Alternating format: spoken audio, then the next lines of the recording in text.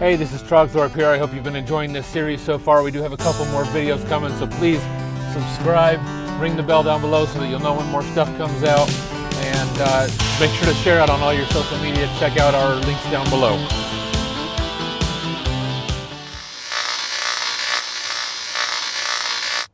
How's it hanging, mobile gamers? Welcome back to Trogthorpe Mobile Gaming and another episode of our myths and legends surrounding rank push in PUBG Mobile. Today we are going to take another look at the Power Pentagon.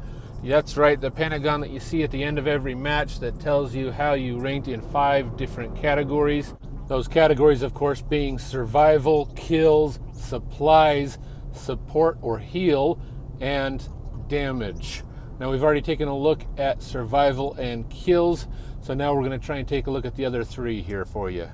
Continuing clockwise, the next category, of course, as we said, is supplies. Now, supplies is an extremely difficult category to chart.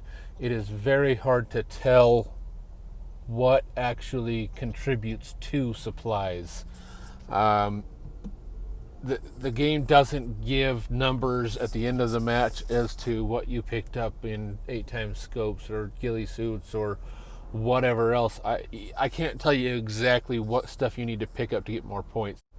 As far as the numbers that I was able to chart, the only things that really had a high correlation were survival and kills, but those just kind of make sense. The longer you survive, the more likely you are to pick up good supplies, and vice versa. The more good supplies you pick up, the longer it is that you're likely to survive because you're getting better weapons, and you're more likely to get better kills that way. So I'm going to say that those are more of just a correlation and probably not contributing factors in the score here. What I have noticed as a trend over time is it is important to get as many level 3 items as you can. You know, the level 3 helmet, vest, backpack. It's important to pick up the big scopes. It's important to pick up the rare items, the guns like the M24. It is not a crate only item, but it is also not an extremely common item. Getting crate items, so flare guns, flare drops, getting the AWM, the Groza, the AUG, getting ghillie suits, things like that all seem to definitely contribute to a higher score. The match that you can see on the screen here now, these guys shot off 3 flare guns. I was able to kill them and take all of their gear. I didn't get to double check the crates because I was running out of time, but I got an AWM, a ghillie suit, an 8x scope, 2 6x scopes, silencers, suppressors. I got all sorts of really great gear, and I still only got something like a 96 on my supplies score. So I can't tell you exactly what goes into it. What I can tell you is don't pass up when you see those big things. Even if you're not going to use them, pick them up for a second and drop them back down. I think that would be likely to help. Next up on our Pentagon is either support or heal, depending on which mode you're playing. If you're playing in solos versus solos, it will show up as heal. If you're playing any other mode, squads, duos, whatever else, it will show up as support. The best I can tell from all the numbers that I have looked at, the only thing that actually makes any difference in this category is healing.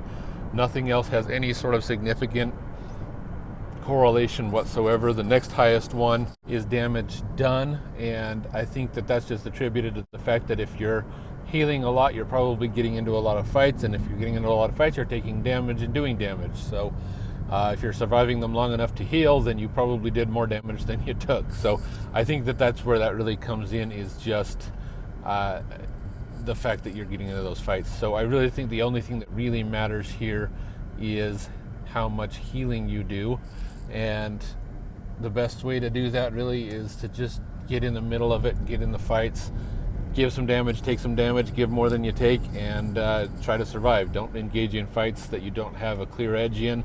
If you can avoid it at all, just try and pick your battles. That brings us to the last category on the Pentagon. As I said before, these are not going in any specific order, except they're just following around the circle. But the last one here is damage. The damage category, not remotely surprisingly, is almost directly correlated to damage done. How much damage you are doing within a match. Now this one has been a kind of tough one to figure out the the optimal settings for it. From everything I've seen, there is no minimum. If you do 0 damage, you land in the water and die immediately, so you never have a chance to hurt anybody. You still get something like 14 points on this one. And if you do, I've seen people do as much as 2200 damage without maxing it out. They'll get 97, 98 points on it.